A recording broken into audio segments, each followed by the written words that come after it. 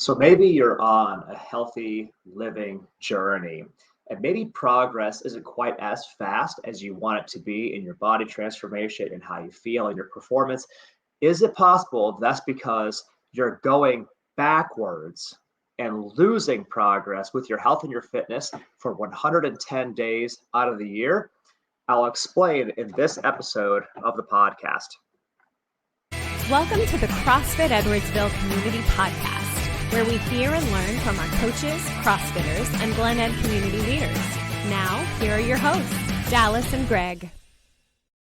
Guys, if you're not making progress as fast as you want to in your health, your fitness journey, I want you to investigate if the culprit is your weekends. Is it possible that 110 days out of the year or 52 weekends out of the year, you're going backwards with your fitness progress? Here's what I mean. It's possible maybe you go and you crush it in the gym, you eat healthy from Monday through Friday, you're vigilant, you're disciplined, but then when the weekend rolls around, it is very, very easy. And what I see many people doing is systematically undermining or even destroying all the progress that they make from Monday through Friday with bad choices on the weekend.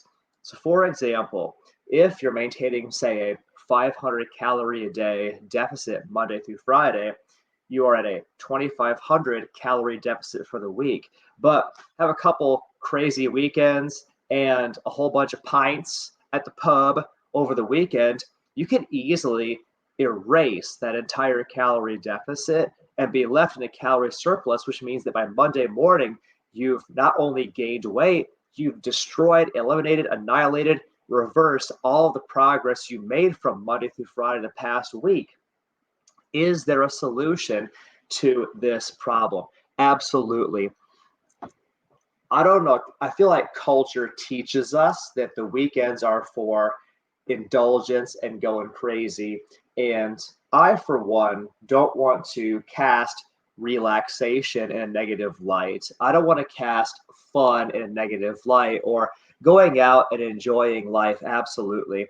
But if nobody has told you this, enjoying life does not have to involve indulging in self-sabotaging foods, self-sabotaging drinks, destructive foods, drinks, drugs, or other behaviors. It does not have to. In fact, you can have an amazing, fulfilling, enriching weekend just by going out and doing activities that you personally find rewarding with people that you love, people who are fun to be around, because that's the real juice of life, is amazing shared experiences with people who accept you for you and love you for you. Asterisk that the people who love you the most also want the best for you, and your true friends don't want to see you go in a downward slide and self-destruct or self-sabotage over the weekends. Good friends, quality friends, friends that truly care about you, they want to see you be healthy and vibrant and thrive and be your best. And that requires you to make good choices 7 days a week, not just on the weekdays. Now,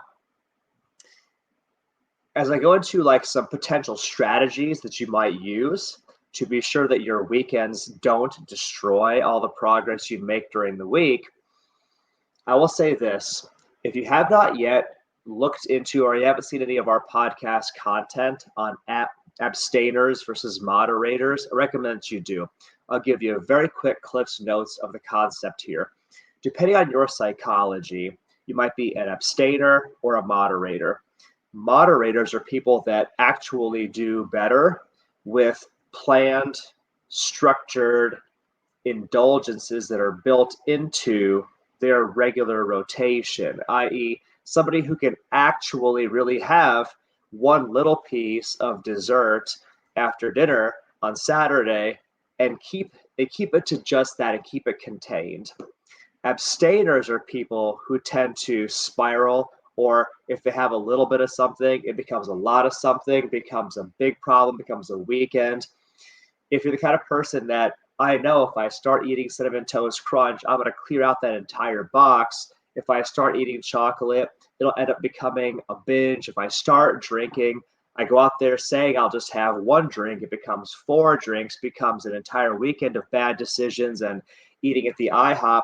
If that is more like your story, you're probably more of an abstainer, and your better approach is to just wholesale avoid the things that are triggers that lead you down a bad path. But knowing that, if you're an abstainer, steer the hell away from anything that sabotages your progress and your success. Make the harder but better decision to refrain entirely from the lead domino thing.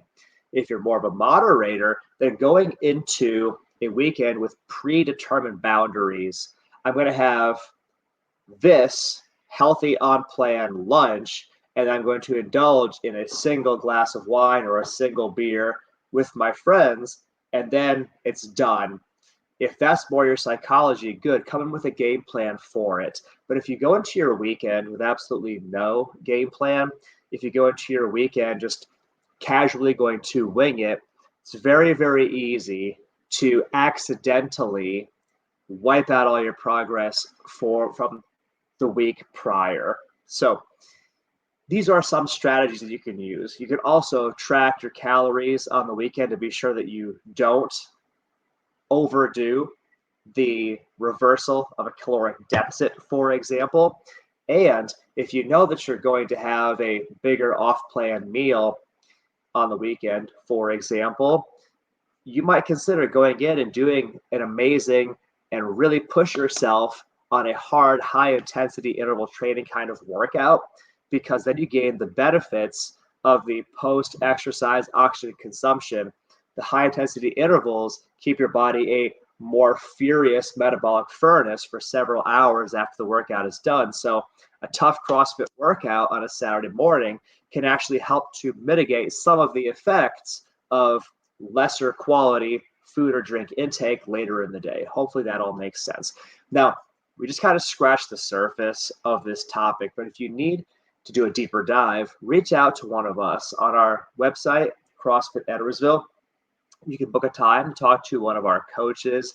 We can help to guide you along with your unique health and fitness journey and help you identify what does your game plan for success look like. But for now, I thank you for the gift of your time and your attention. We will see you guys in the next episode of the podcast.